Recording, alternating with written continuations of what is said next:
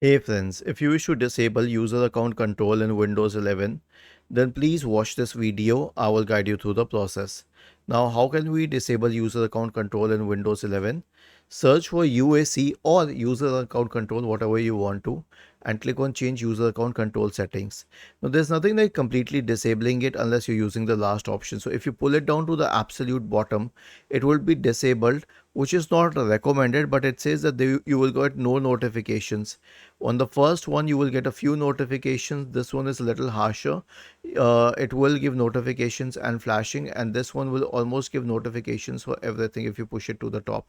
Now, I prefer to keep it at the absolute bottom because I know what I'm using and I am definitely the administrator of the system. Was this helpful? If yes, then please subscribe to the channel.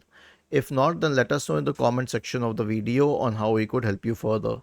Thank you for watching this video and have a nice day.